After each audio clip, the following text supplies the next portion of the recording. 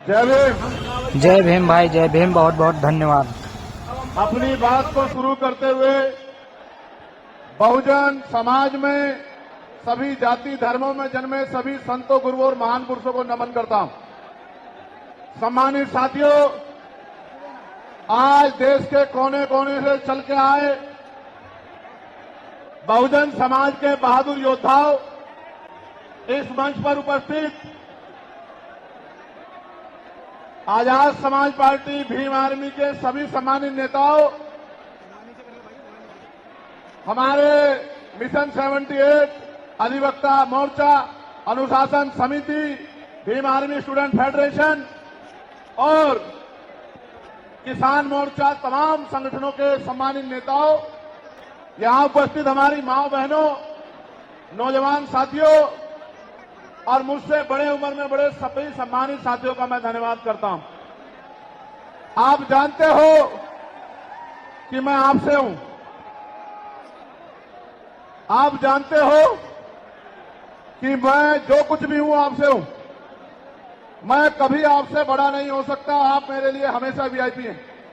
जितना सम्मान मैं उस मंच पर बैठे ज्यादा सम्मान मैं आपका करता हूं। लेकिन मैं आपसे भी उम्मीद करता हूं, मैं आपसे भी ये उम्मीद करता हूं कि जैसे मंच पे बैठे हैं जिम्मेदारी से, सम्मान के साथ, ऐसे ही आप लोग भी जिम्मेदारी से बैठे, तभी आपकी इज्जत बढ़ेगी। अगर आप इज्जत नहीं बढ़ाना चाहते तो मैं क्या कर सकता हूं बताओ। मेरा तो प्रयास है कि आप इज्जत के साथ आगे बढ़ना सीख जाओ। जब तक आप इज्जत के साथ आगे बढ़ना नहीं सीखोगे, इस देश में आपकी बात मजबूत नहीं होगी।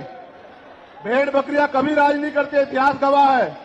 राज योद्धा करते हैं। राजा का आचरण भी राजाओं जैसा होना चाहिए। राजा गुलाटी मारते नहीं घूमते हैं। राजा राजा होते हैं। राजाओं का आचरण जब तक आप में नहीं आएगा तब तक आप राजा बनने की तरफ नहीं आगे बढ़ोगे। अगर बंदर को राजगद्दी सौंप दी जाए, क्या राज कर सकता है? राज करने के लिए राज जैसी सोच भी जो है अपने अंदर पैदा करनी पड़ेगी। सम्मानित साथियों, आज का जो आंदोलन था, आप और मैं जानते हैं कि वो हमने रामलीला मैदान में रखा था। कौन से मैदान में? जोर से बताओ।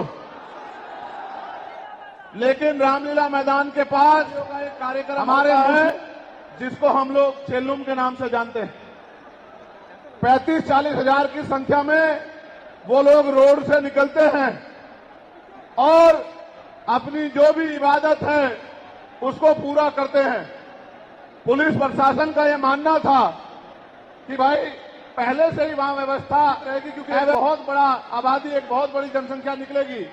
अगर आपके लोग भी आ जाएंगे तो नुकसान हो सकता है, कोई टकराव हो सकता है, कहीं कोई आपराधिक तत्व का आदमी झगड़ा करा सकता है।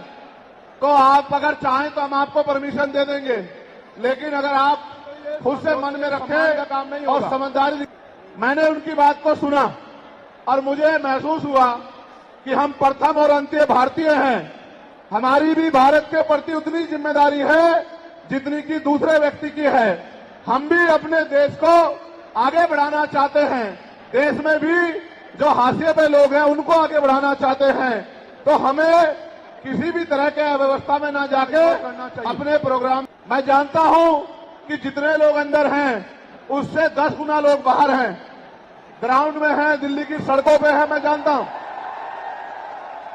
लेकिन आप महसूस करो, लाखों लोगों के पहुंचने के बाद भी एक मुझे देख के तो ये लोग उठ जाते हैं, वरना ऐसा नहीं। अगर एक चीटी के बच्चे को भी कोई पे कह रहा हो, ये देखो आप हमारी बात है। भीम आर्मी आजाद समाज पार्टी का बल।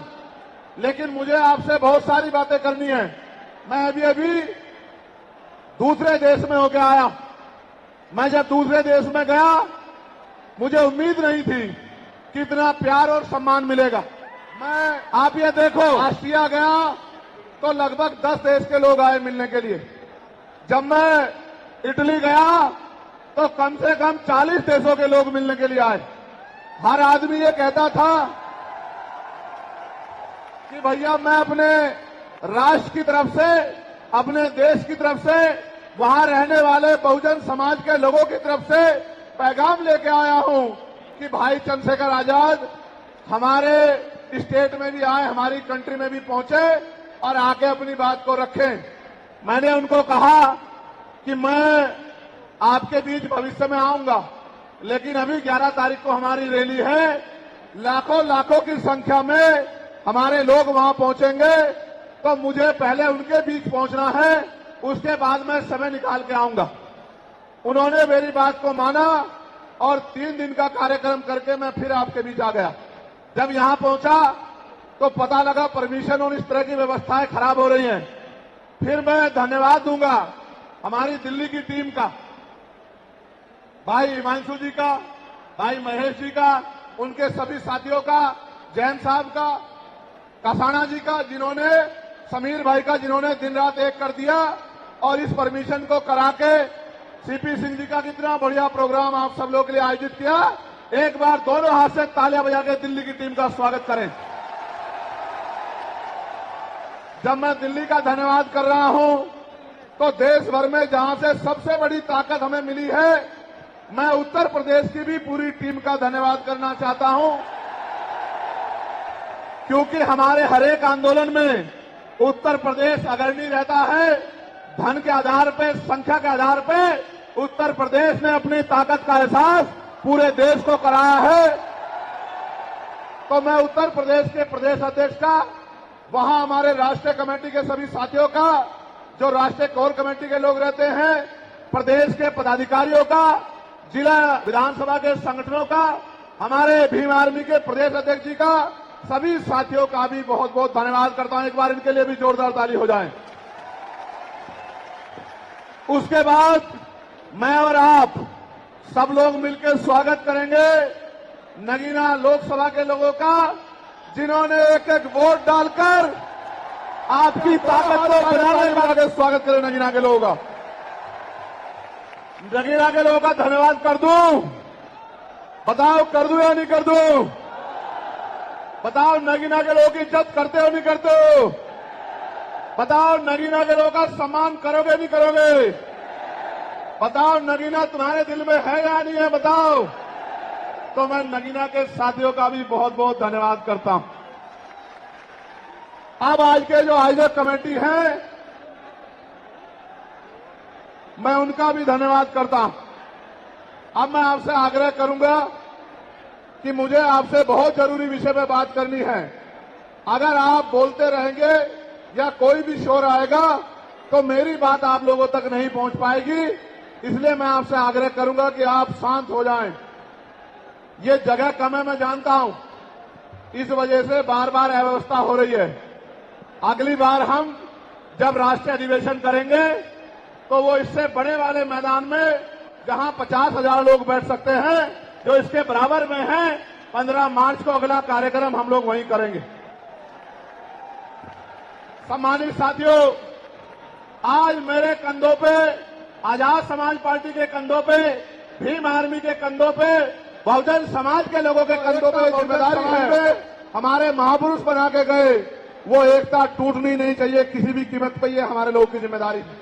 हमारे पढ़े लिखे समाज की, हमारे कर्मचारियों की, हमारे अधिकारियों की, हमारे नेताओं की, सेक्टर बूथ से लेकर जिले, मंडल, प्रदेश और राष्ट्रीय पदाधिकारी की जिम्मेदारी है कि जो एकता हमारी बनी है वो टूट नहीं चाहिए। दुश्मन किसी भी सूरत में कामयाब नहीं होना चाहिए, इस बात का हमें ध्यान रखना। अब ये रैली करने की जरूरत क्यों पड़ी, ये आवाज उठाने की जरूरत क्यों पड़ी, इसके पीछे भी कई कारण हैं। और मैं अपने नेताओं से आग्रह करूंगा कि वो आज के बाद कमर कस ले और गांठ बांध ले कि जो प्रयास भाजपा आरएसएस के लोगों ने किया है हमारी एकता को कमजोर करने का, किसी भी कीमत पे वो एकता कमजोर नहीं होनी चाहिए। इस बारे में आप लोगों को ध्यान रखना।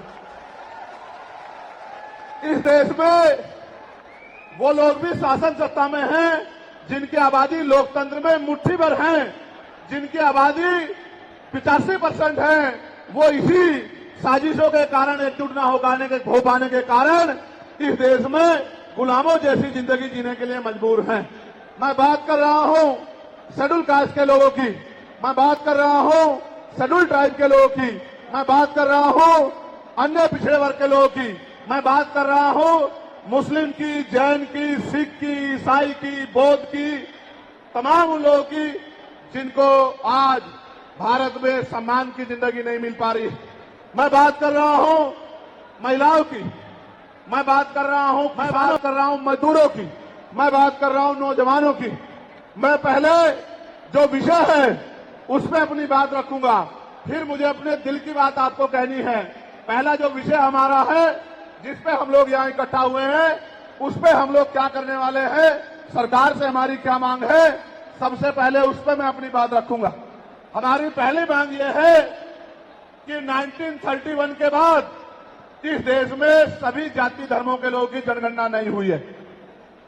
जब तक जनगणना नहीं होगी तो ये नहीं पता लगेगा कि schedule caste, schedule tribe, backward के लोगों को कितनी उनकी आबादी और कितना सम्मान उनको मिल रहा है, कितनी हिस्सेदारी उनको मिल रही है।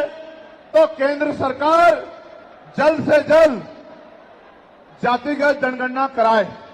जब तक जातिगत जनगणना नहीं होगी तब तक सबसे पहले स्पष्ट ही नहीं होगा जो आज षड्यंत्र किया गया है और कुछ लोगों को जानबूझ के उनके मुंह से कहलवाया जा रहा है कि इस जाति का हिस्सा ये लोग खा रहे हैं, इस जाति का हिस्सा ये लोग खा रहे हैं, इस जाति का हिस्सा ये लोग खा रहे हैं। मैं चंद्रशेखर आजाद आपको वचन देके कहता हूं, अपने बहुजन समाज के सामने जातिवार जनगणना कराइए, उसके आंकड़े सामान्य साथियों, जोरों शोरों के साथ आजाद समाज पार्टी काम कर रही है दलित, पीड़ित और पिछड़े वर्ग के लिए। तो सपोर्ट जरूर करिएगा। चैनल सब्सक्राइब नहीं किए तो सब्सक्राइब करिए, लाइक करिए।